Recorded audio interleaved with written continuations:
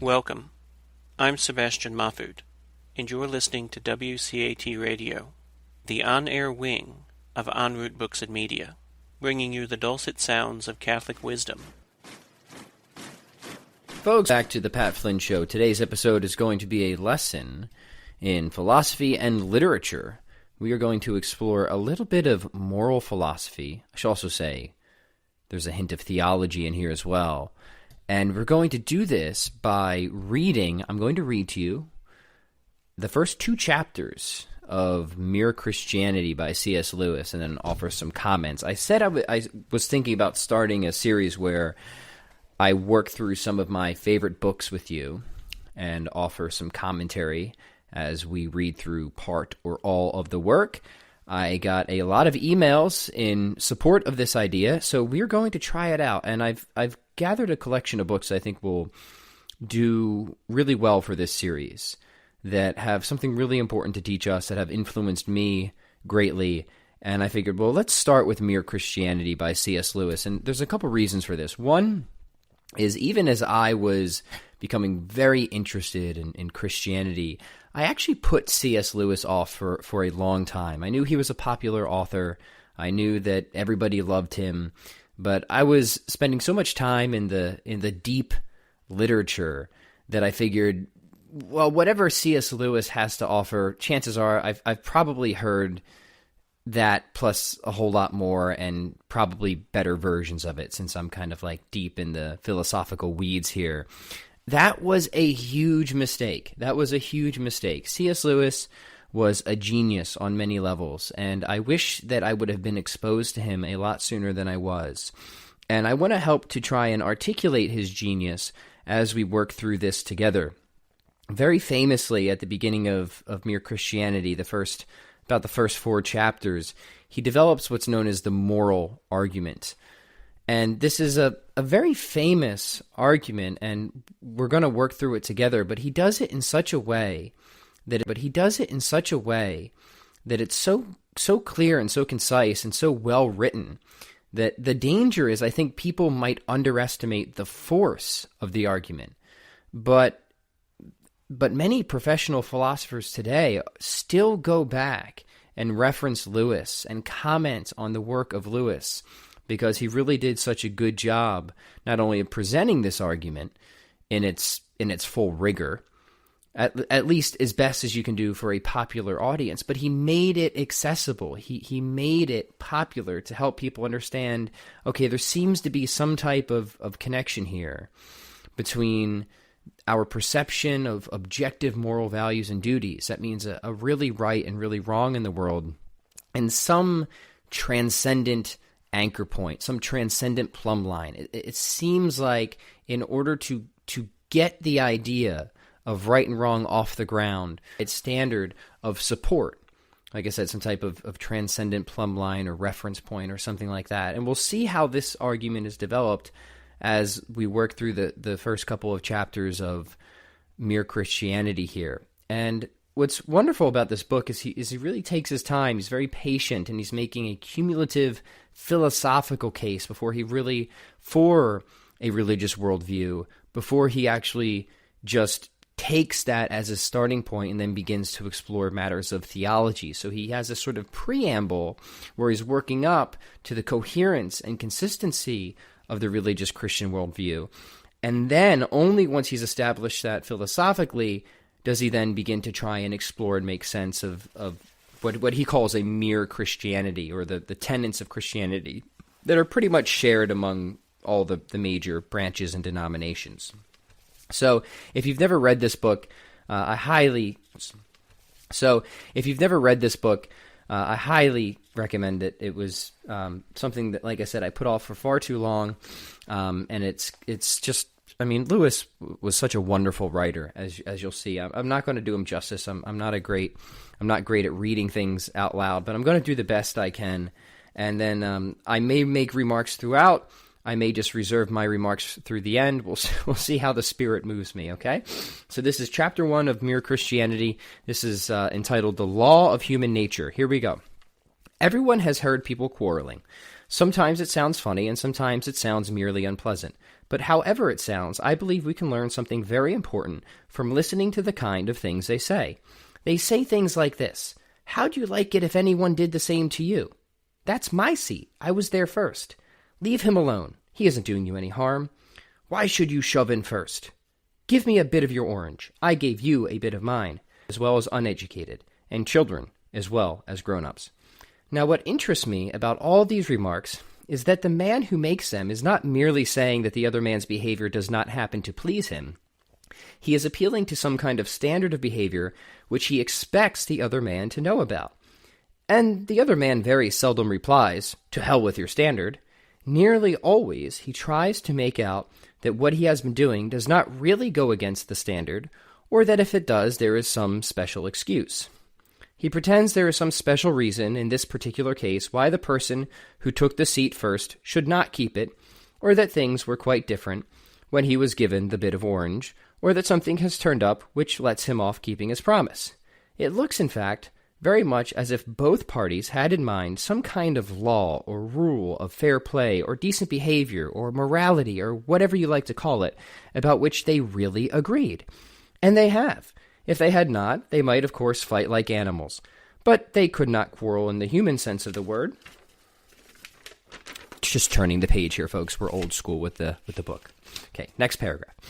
Quarreling means trying to show that the other man is in the wrong, and that there would be no sense in trying to do that unless you and he had some sort of agreement as to what right and wrong are, just as there would be no sense in saying that a footballer had committed a foul unless there was some agreement about the rules of football. Now, this law or rule about right and wrong used to be called the law of nature. Nowadays, when we talk of laws of nature, we usually mean things like gravitation or heredity or the laws of chemistry. But when the older thinkers called the law of right and wrong the law of nature, they really meant the law of human nature. The idea was that just as all bodies are governed by the law of gravitation and organisms by biological laws, so the creature called man also had his law.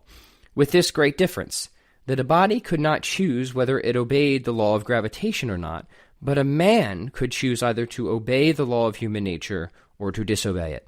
We may that a body could not choose whether it obeyed the law of gravitation or not, but a man could choose either to obey the law of human nature or to disobey it. We may put this another way. Each man is at every moment subjected to several different sets of law, but there is only one of these which he is free to disobey. As a body, he is subjected to gravitation and cannot disobey it. If you leave him unsupported in midair, he has no more choice about falling than a stone has. As an organism, he is subjected to various biological laws which he cannot disobey any more than an animal can.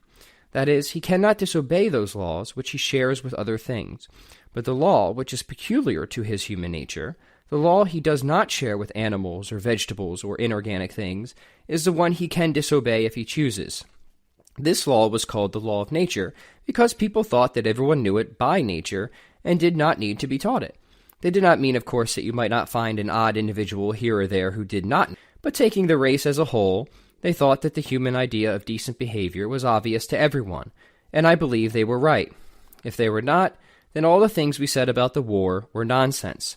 What was the sense in saying the enemy were in the wrong unless right is a real thing, which the Nazis at bottom knew as well as we did and ought to have practiced?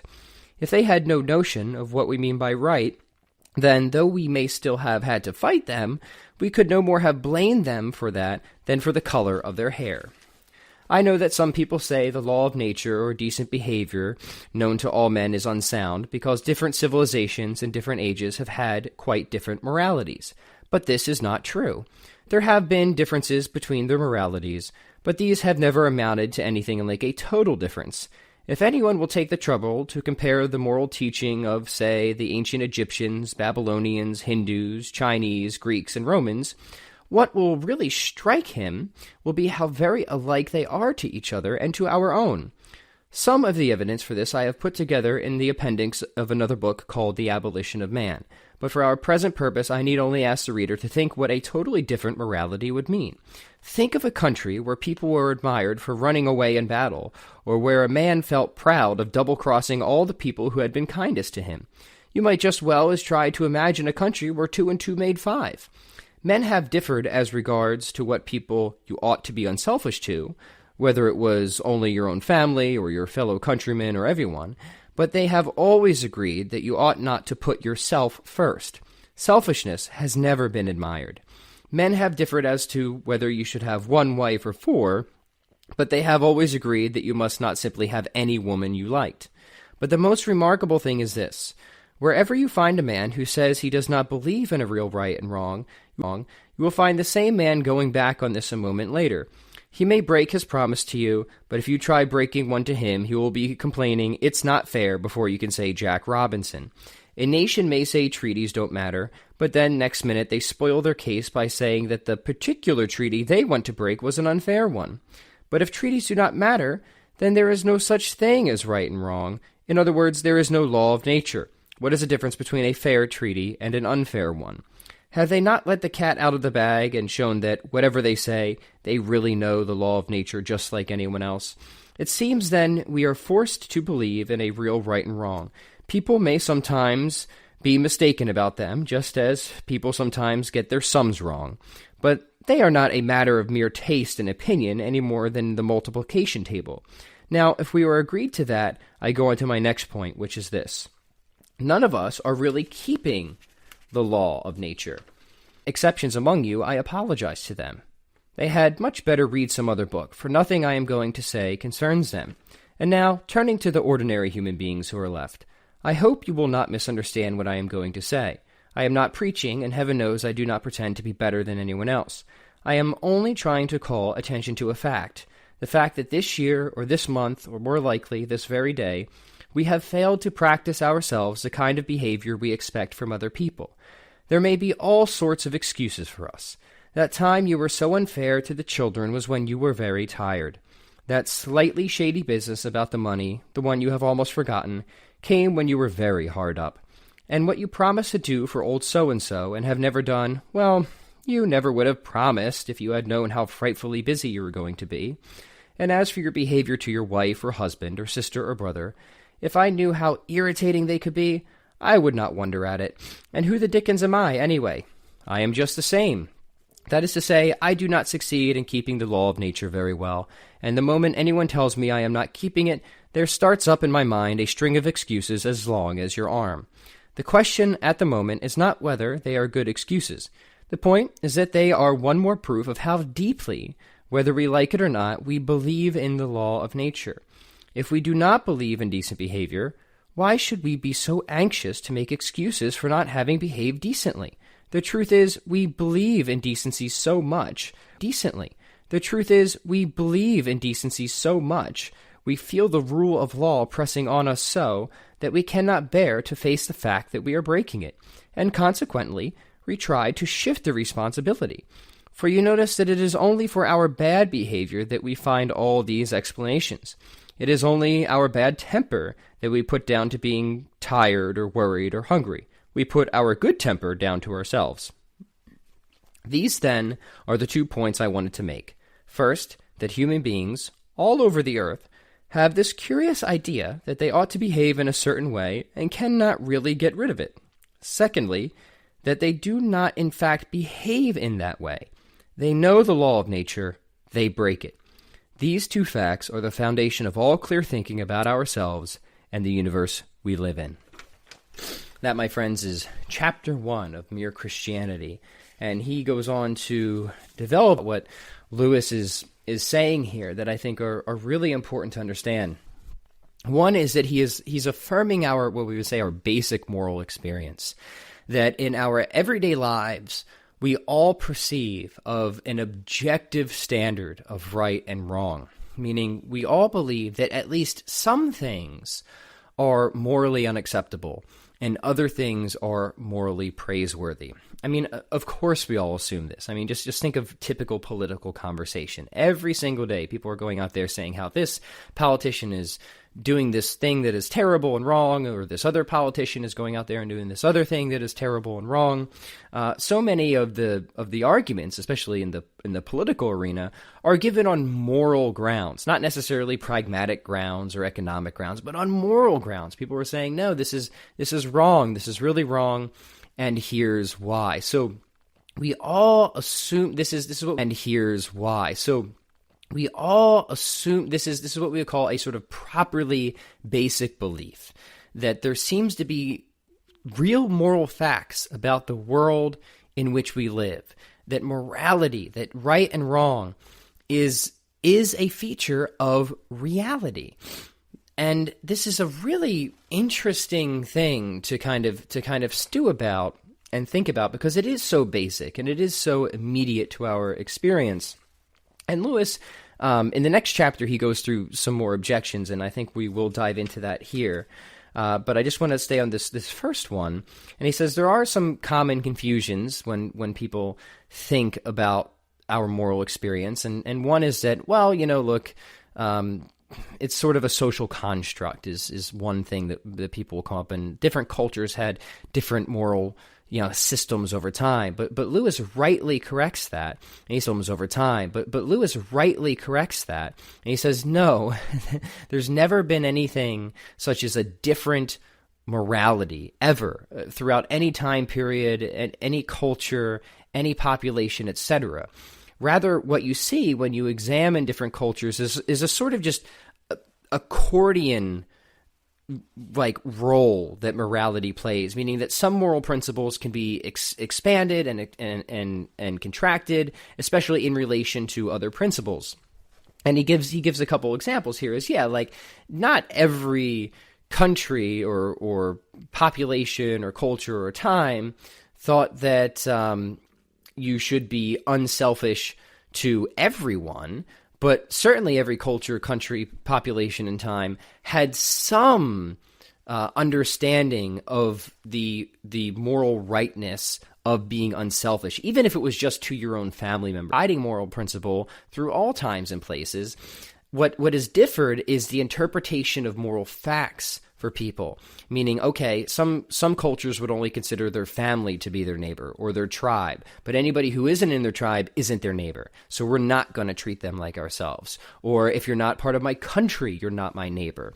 But so the principle is still there. It's still the same moral principle, but it's been contracted. And of course, we would argue in today's society that was wrong, that every human being is your neighbor, and every human being deserves the same dignity and respect that you would give your own family member. And the most interesting thing about that is it only affirms the objectivity of moral values and duties to even say that, because it assumes that we've made moral progress to the extent that we're not persecuting people of other nations or other skin colors because we don't see them as our neighbor, means that we have made real, tangible moral progress by applying a moral principle in a more appropriate and universal sense, whereas before it wasn't a different morality.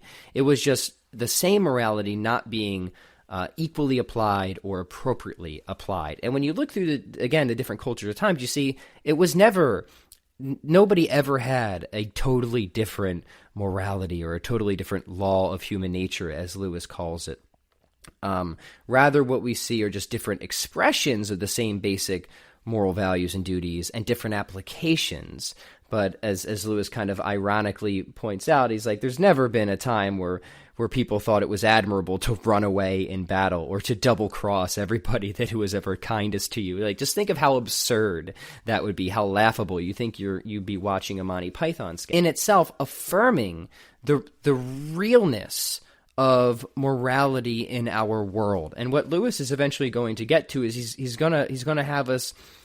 He's going to want us to account for that. He's going to say, okay, we need to explain this. If there are such things as moral values and duties, how do they exist? where do they come from? But right now, he's just showing us that in our everyday moral experience, this is very real to us. And it seems like we have no reason to deny it. There's no reason to deny the world outside of my head, for example. It's what we call a properly basic belief. It's perfectly rational to hold to the existence of an external world, unless somebody could provide a defeater of it, unless somebody could prove to me that I'm somehow hooked up into the Matrix or something like that, which seems utterly implausible that could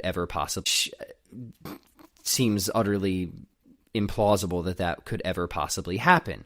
But I certainly am justified in holding to my experience of there being an external world, because it's just obvious, right? It's one of those just foundational starting points of what I know. Well, Lewis is kind of saying the same thing about our moral experience. It's just this obvious, immediate thing that we have no reason to deny, but we're going to have to try and explain this at some point. And how are we going to explain this? And this will bring us into chapter 2. So let me just clear my throat very quickly, and we'll keep going here, okay? Chapter 2 is called Some Objections. So now he's going to look at some of the classic objections to this sort of moral realism position. So and that's what's great about Lewis, is he doesn't use any kind of technical philosophical vocabulary or jargon, but he is defending a position of moral realism. Okay, some objections.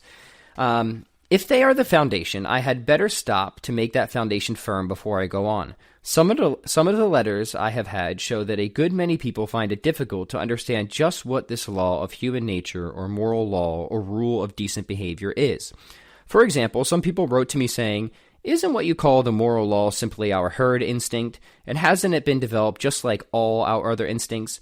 Now, I do not deny that we may have a herd instinct, but that is not what I mean by the moral law.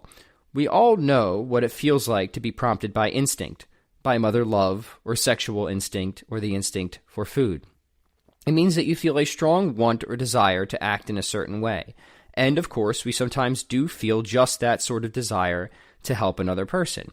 And no doubt that desire is due to the herd instinct. But feeling a desire to help is quite different from feeling that you ought to help whether you want to or not. Supposing you hear a cry for help from a man in danger, you will probably feel two desires. One, a desire to give help, due to your herd instinct.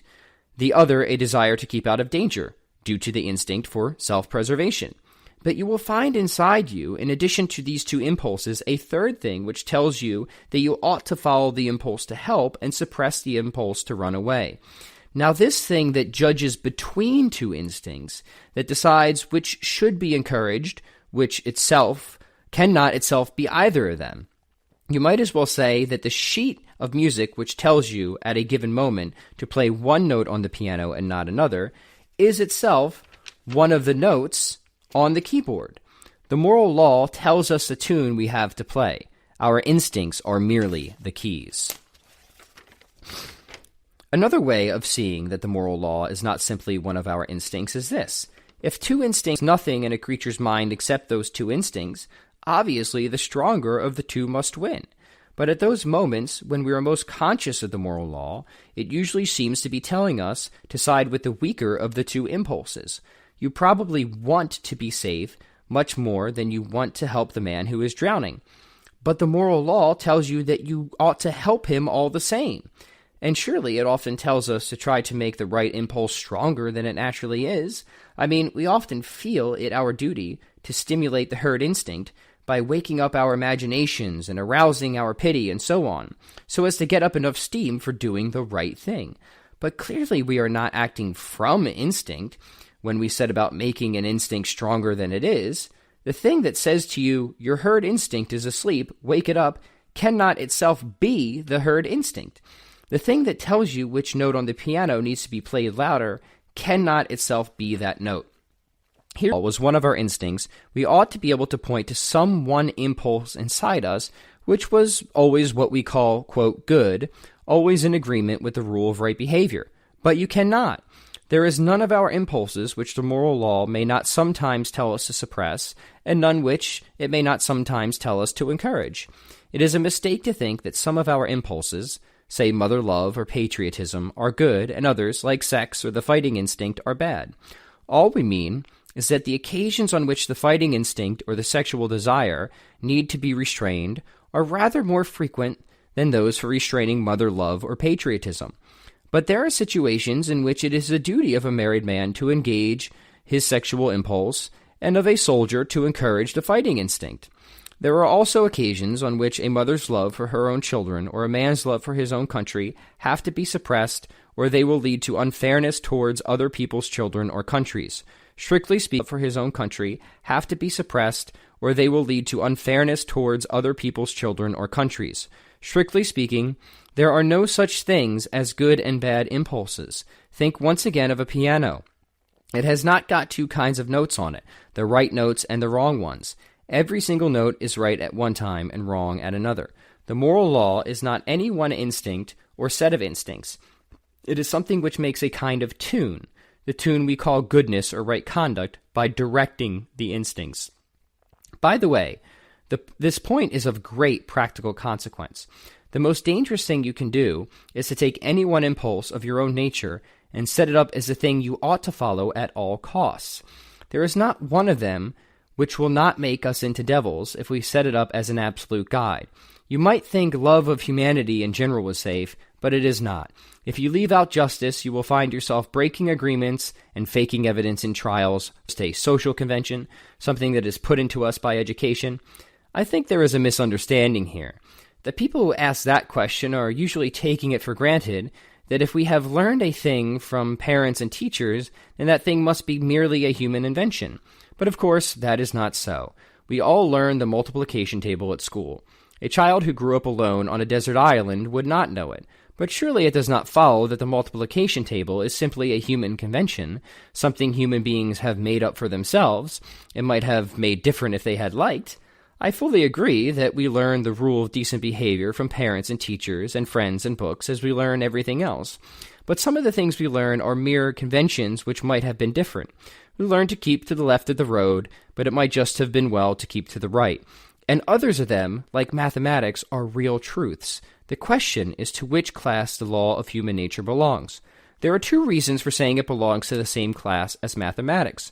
The first is, as I said in the first chapter, that though there are differences between the moral ideas of one time or country and those of another, the differences are not really very great. Not nearly so great as many people imagine.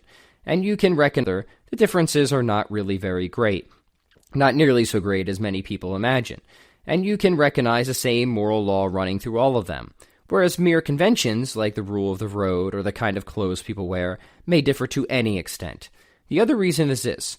When you think about these differences between the morality of one people and another, do you think that the morality of one people is ever better or worse than that of another? Have any of the changes been improvements? If not, then of course there could never be any moral progress. Progress means not just changing, but changing for the better. If no set of moral ideas were truer or better than any other, there would be no sense in preferring civilized morality to savage morality, or Christian morality to Nazi morality. In fact, of course, we all do believe that some moralities are better than others. We do believe that some of the people who tried to change the moral ideas of their own age were what we would call reform. The moment you say that one set of moral ideas can be better than another, you are, in fact, measuring them both by a standard, saying that one of them conforms to the standard more nearly than the other. But the standard that measures two things is something different from either. You are, in fact, comparing them both with some real morality, admitting that there is such a thing as a real right, independent of what people think, and that some people's ideas get nearer to that real right than others.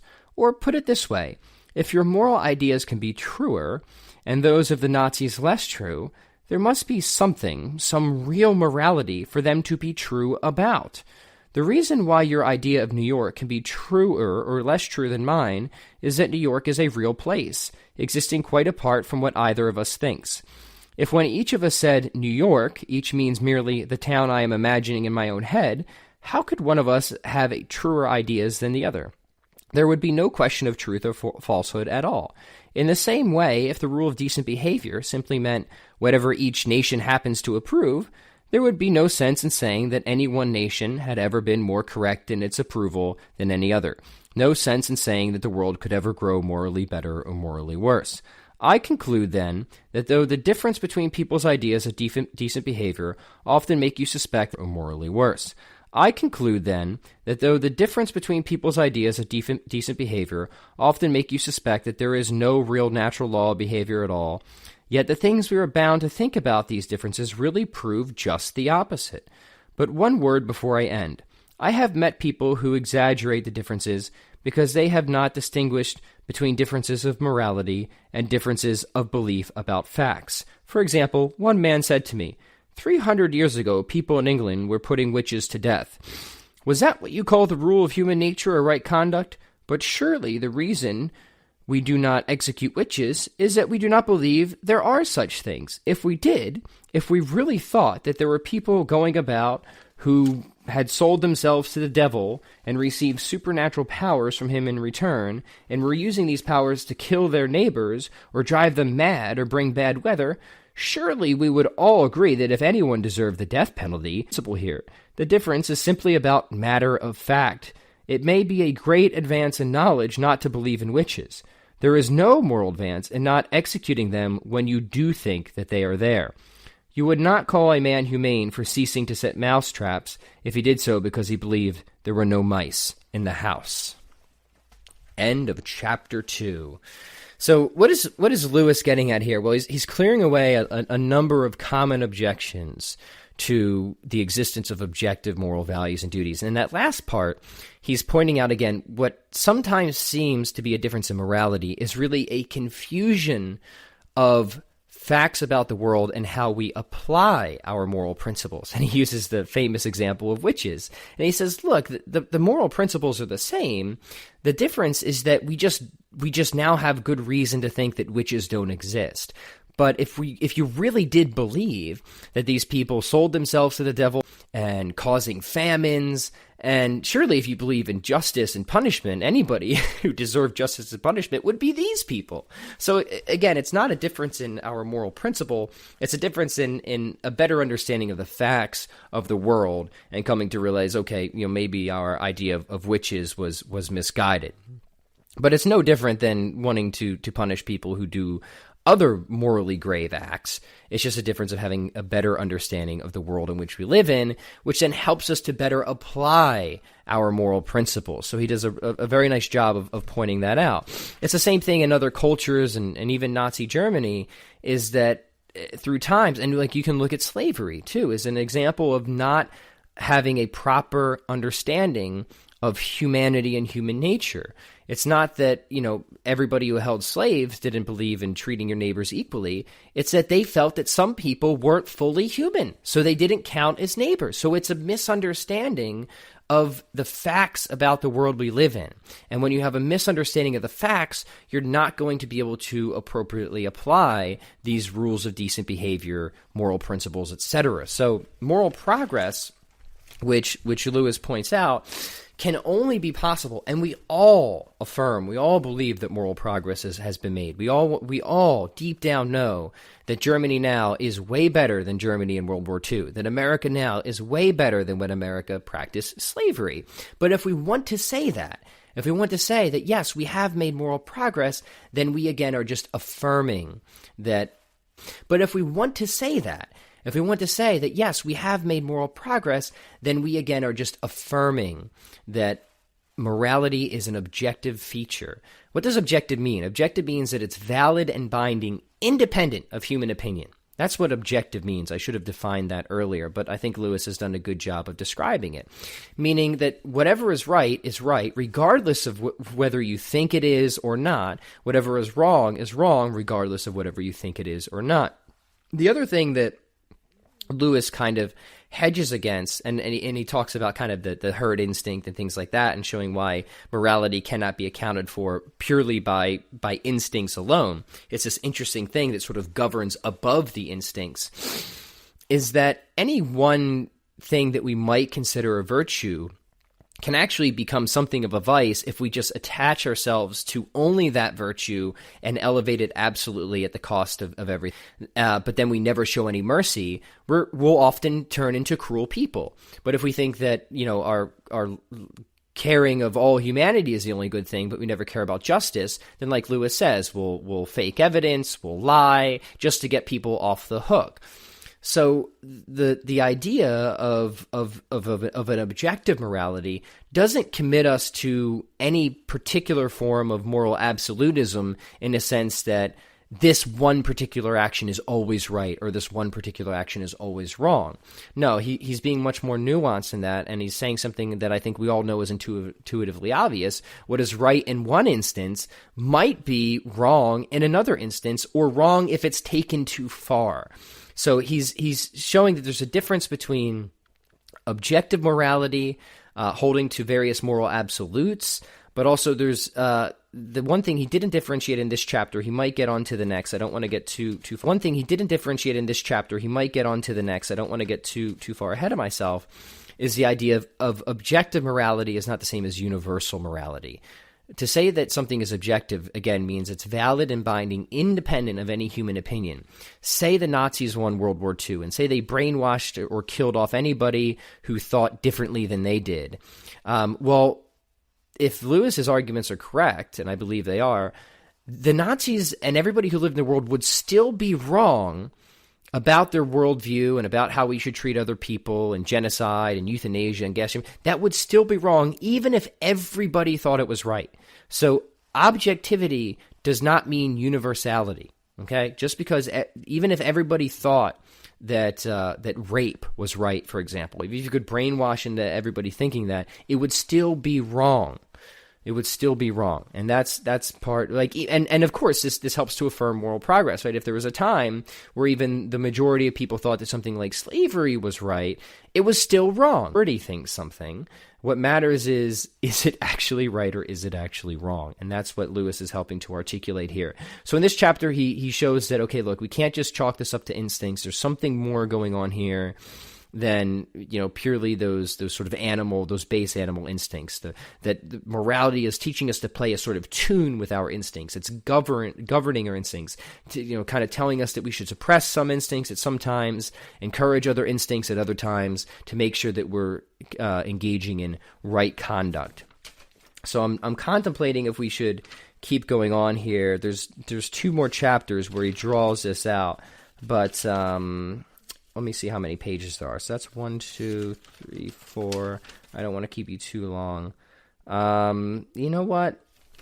I think we're going to break here. I think I'm going to give you a little bit of a break. We got to give you something to look forward to. I'll probably record the other one right away, so maybe we'll do a back-to-back episode. But I hope this has been helpful. It's got you thinking. We haven't arrived at any particular conclusions yet. He's just doing some stage setting right now. He's trying to get us to really take a searching examination of our moral experience and a lot of these foundational beliefs that we all really do assume and carry into our everyday lives. And he's asking us to kind of reflect on these a little bit and think about them a little bit more deeply, and to affirm, at least so far, that that morality is an objective feature of the world in which we live, that moral realism is valid. Now, this is going to be a very important thing, a very important point as we move forward in our study session. So, hey, I hope you're enjoying this. I hope that you find this helpful and at least interesting. If so, you can let me know by subscribing, sharing, and of course, leaving a review. Leaving those 5-star reviews on iTunes, Stitcher, or Google Play really helps to support the show. Certainly encourages.